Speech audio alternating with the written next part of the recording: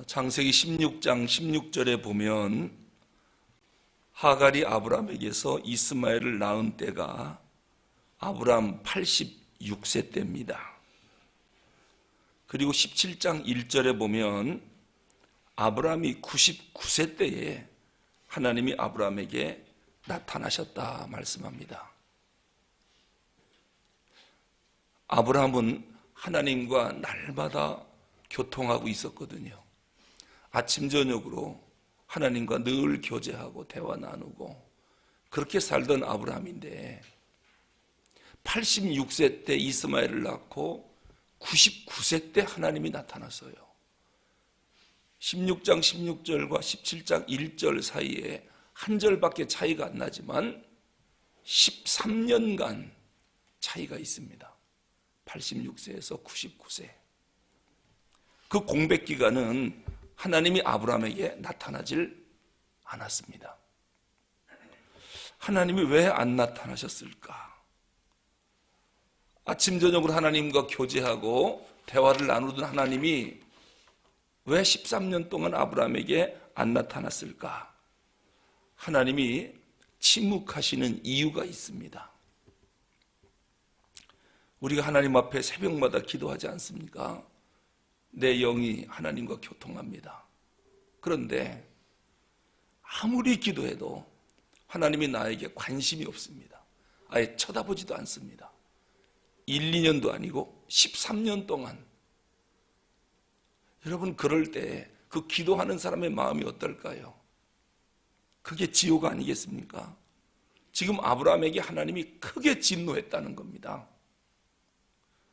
왜 진노하셨을까?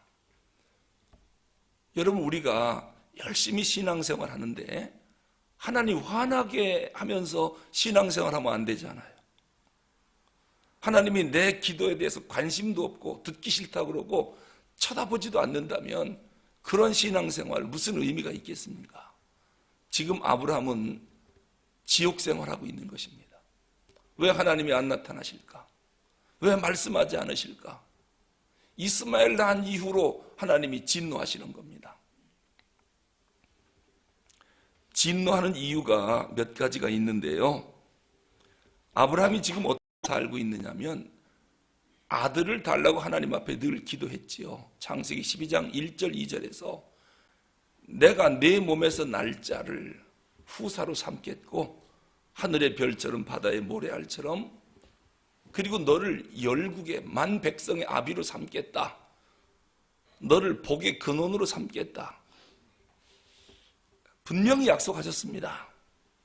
그런데 아브라함이 사레가 아기를 못 낳고 자기는 나이가 많고 하나님의 약속은 이루어야 되는데 아무리 생각해도 그 약속을 이룰 수는 없을 것 같고 그래서 생각한 것이 젊은 몸종인 하갈을 생각했지요.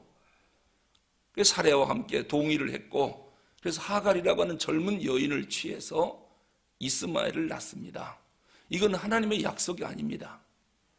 하나님은 사레를 통해서 네 몸에서 날짜가 후사가 되겠다고 약속을 했는데 아브라함은 하나님의 약속을 못 믿고 자기 생각대로 젊은 몸종을 통해서 이스마엘을 낳습니다.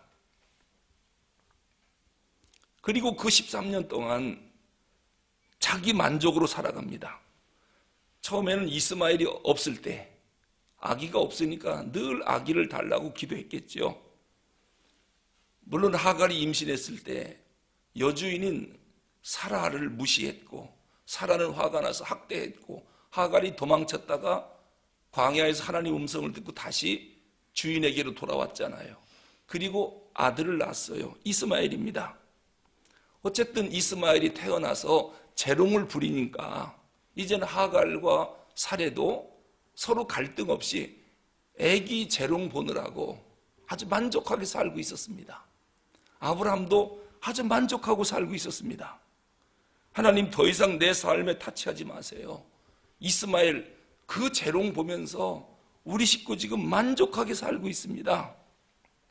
그동안에는 아기가 없었으니까 우리가 이렇게 하나님 앞에 아기를 달라고 울며 기도했지. 됐습니다. 현재의 삶에 만족하고 있습니다. 이제 하나님을 찾지도 않습니다. 분명히 그러지 않았을까요? 아브라함이 아침마다 하나님 앞에 번제를 드리고 저녁에 번제를 드리고 이 상번제를 드리는데 이스마엘 보느라고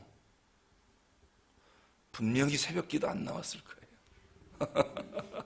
밤새 애기하고 노느라고 또 애 보느라고 힘들어갖고 하나님 앞에 제사 드리는 거를 좀 건너뛰기도 하고 또 사람이라는 게 급하고 다급해야 엎드려서 막 기도하고 작정 기도도 하고 새벽에도 나오지.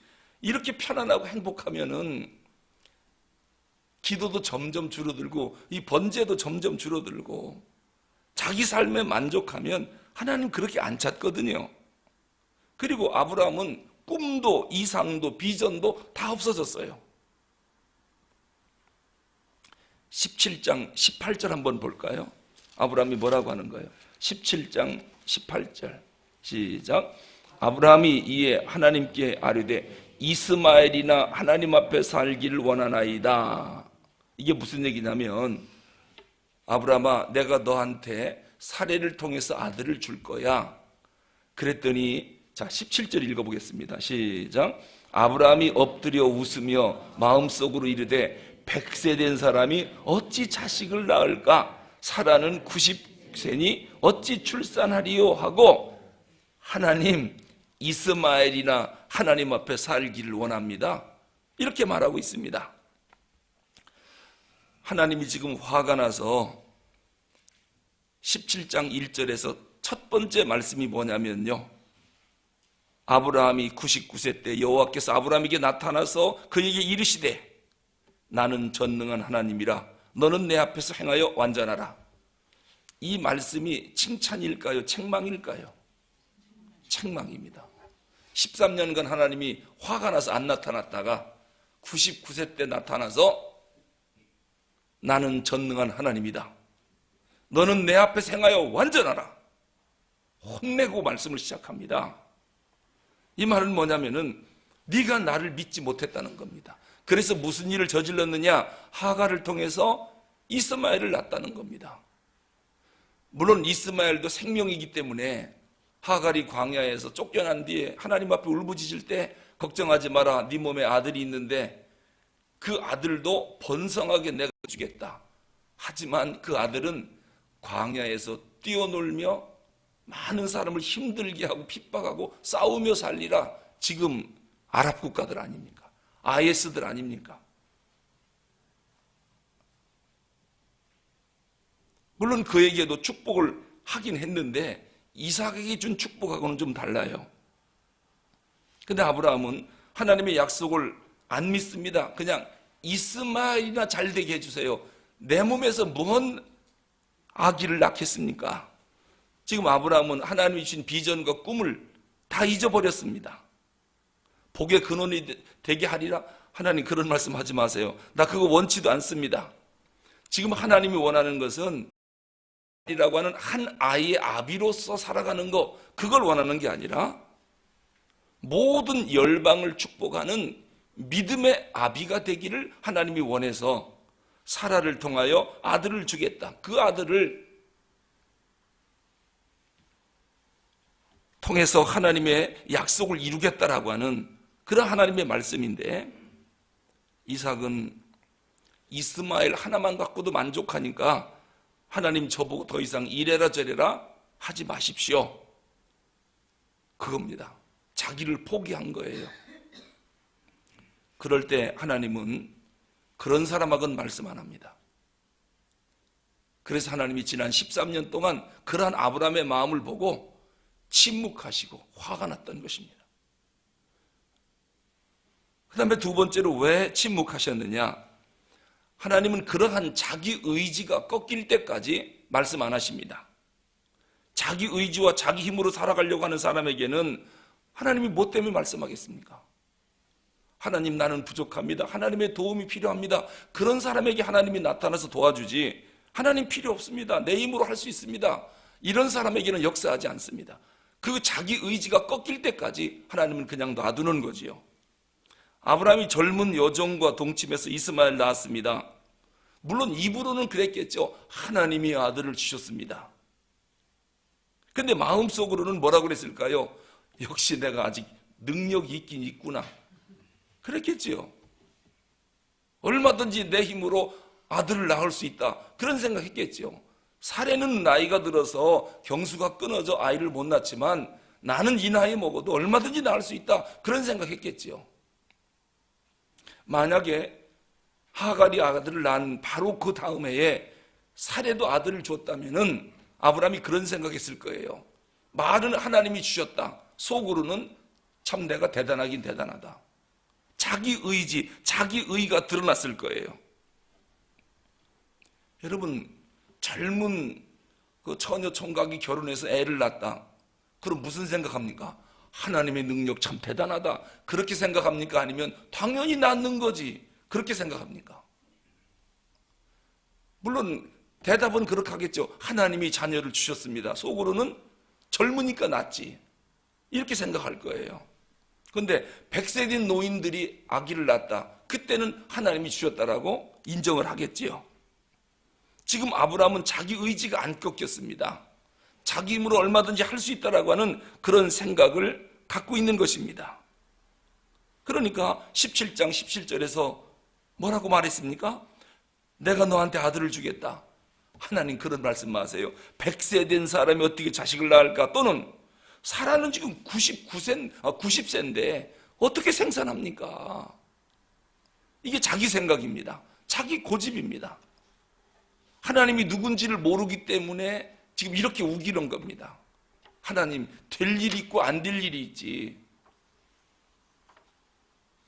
하나님 상식적으로 생각해 보세요. 90세 된 할머니와 100세 된 할아버지가 아들을 낳겠는가? 그때 하나님께서 그래 그럼 네 마음대로 한번 해봐라. 자기 의지가 안 꺾이고 자기 힘으로 뭔지 하려고 하면 하나님은 절대로 역사하지 않습니다. 하나님은 침묵이 계속 갑니다. 이제 하나님이 13년 만에 나타나서 나는 전능한 하나님이라 너는 내 앞에 행하여 완전하라. 전능한 하나님이란 뜻이 뭡니까? 이 전능하다, 올마이트, 이 불가능이 없다 그런 뜻입니다. 나는 불가능이 없는 하나님이다. 이 말이 뭡니까? 나는 완전히 죽었다라고 생각하는 고목나무에서도 꽃을 피우는 하나님이다. 나이랑 자녀를 낳는 거랑 하나님 앞에 무슨 상관이 있느냐? 그러니까 아브라함은 하나님의 능력을 나이로 제한시키는 겁니다. 90세 된 할머니는 못 낳습니다. 하나님 왜 그걸 모르십니까? 하나님을 지금 아브라함이 그렇게 생각하고 있는 것입니다. 그래서 하나님이 너는 내 앞에서 좀 완전할 수 없느냐? 이 완전하다라고 하는 말이 뭐냐면요, 하나님의 전능함을 인정할 수 없느냐 그 얘기예요. 하나님의 전능함을 인정할 수 없느냐. 한 번은요,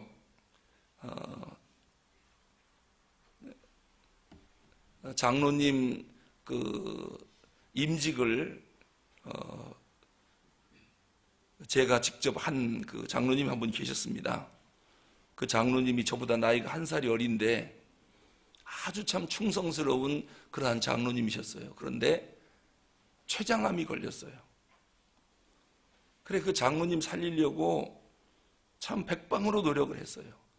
몸에 좋다는 약초 왜 병원에서는 안 된다고 하니까 그 영동 세브란스에서 마지막 사형 선고를 받고 죽음을 기다리는데 참 너무너무 안타깝더라고요. 꼭 좀 살리고 싶은데 하나님께 참 기도도 많이 했고 매달리기도 많이 하고 또 좋은 약초 많이 먹이기도 하고 근데 결국은 돌아가셨어요. 저 대림동에 있는 복지병원 영안실에 이제 들어갔는데 이제 하루 지나니까 입관하지 않습니까? 근데 온 일가 친척이 다 오고 이제 제가 담임 목사니까 담임 목사님 그 유리로 관람하는데 유리 밖에 있고 유리 안에서 그 입관하는 두 사람이 젊은 사람이 와서 입관을 하는데 이제 유리 밖에 쭉 서 있었죠. 유족들하고. 근데 저 냉동실에서 장로님이 시신이 나오는 거예요. 그러니까 막 유족들이 통곡하지요. 저도 그냥 얼마나 많이 가슴이 아프고 눈물이 나는지. 근데 딱 입관하려고 내놨는데 그때 제 마음에 무슨 생각이 드느냐면 지금 예수님이 오셨으면 나사로야 나오라 한마디면 일어날 텐데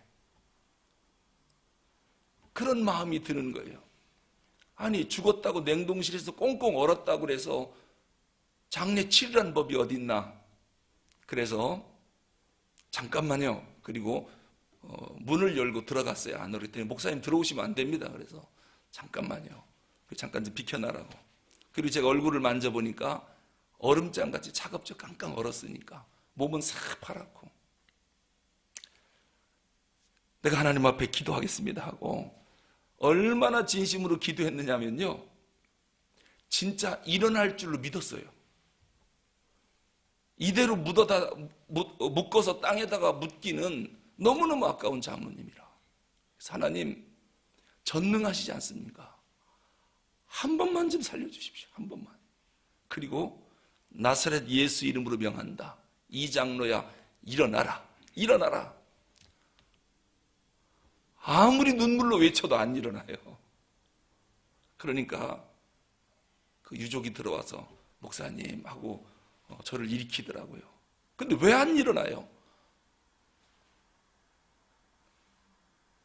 결국은 이제 입관을 하고 그 다음날 이제 하관 장지에 가서 땅에다 묻는데 관을 넣어놓고 흙으로 덮고 이제 식당으로 다 내려가잖아요.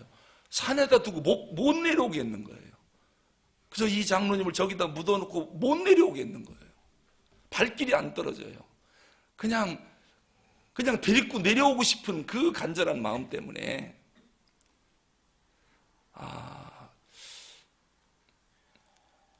전 하나님의 전능함을 제가 믿거든요. 그런데 왜 그 장로님은 안 일어났을까? 아마 하나님이 데려가는 게 당신의 뜻이었겠죠. 그런데 그 장례식을 치르고 나서 그 유족들 중에는, 일가 친척들 중에는 예수 안 믿는 사람들이 많이 있더라고요. 근데 그러더랍니다. 유족들이 우리들도 다 예수 믿겠다. 왜냐하면 목사님이 저렇게 저 사람 아까워갖고 저 살리려고 몸부림을 치고 그 무덤에서도 그 하관할 때 참 눈물 나더라고요. 그 묻어놓고 다 식당 가는데 못 내려오겠는 거예요. 이거 데리고 가고 싶어서. 오늘 밤 이 산 속에서 혼자 자야 되잖아요. 너무너무 안타까운 거예요. 살리고 싶어서. 그랬더니 저게 기독교면은 우리도 예수를 믿겠다고, 그래서 그 가족들이 다 교회를 다니겠다고 그렇게 하고 갔답니다. 근데 그 유족들보다는 정말 안타까워서 그때 제가 나는 전능한 하나님이다. 그 창세기 17장 1절 말씀, 전능한 하나님이라고 하는 말씀이 성경 전체 중에 처음 나오는 말씀이거든요. 이 말씀을 정말 믿었어요. 나는 불가능이 없는 하나님이다. 그리고 사라의 태를 열어서 이삭을 주지 않았습니까? 홍해를 가르고 나사로 살리고 그런 하나님이 무슨 일이 늘 못하겠습니까? 그거를 믿지 못하는 아브라함도 문제고 나도 문제고 이건 우리의 문제지요. 여러분, 완전하라 이 말은 전능하신 하나님 앞에 너의 무능함을 인정하라는 얘기예요. 완벽하라는 뜻이 아니에요. 내 앞에 다시는 실수하지 말라 그런 뜻도 아니에요. 나는 이 어려운 문제를 해결할 수 없는 사람, 하나님은 해결하실 수 있는 분, 이것이 내 앞에서 완전하라 라고 하는 말의 의미예요. 그리고 전능한 하나님이란 나 자신을 믿지 말라는 거예요. 오늘날 너무도 많은 사람이 자기를 믿고 자기 힘으로 살아가려고 합니다. 교회는 나와 하나님을 믿는다고 하지만 여전히 자기 힘을 믿고 살아가요. 제일 어리석은 사람이 자기 힘 믿고 사는 사람이거든요. 겉으로 볼 때는 참 똑똑하고 의지가 강하고 잘난 것처럼 보일지 모르지만 가장 어리석은 행동이 자기가 자기 힘 믿고 사는 사람이에요. 우리는 하나님을 믿고 사는 사람이어야 그게 지혜로운 사람이지. 자기 힘 믿고 살면 하나님은 절대로 그 사람과 함께하지 않습니다. 역사하지 않습니다. 그래 지금 하나님이 아브라함에게 나타나지 않은 거예요. 나는 전능한 하나님이다. 그런데 네가 왜 너를 믿고 사느냐? 네 능력을 의지하고 사느냐? 그렇다면 하나님은 얘기하고 싶지 않다는 것입니다. 사람도 믿지 말랍니다. 전능한 하나님이라고 하는 말씀은 우리가요 간혹 이런 착각을 해요. 여자는 남자를 잘 만나야 한평생 행복할 수 있다. 그것도 착각이에요.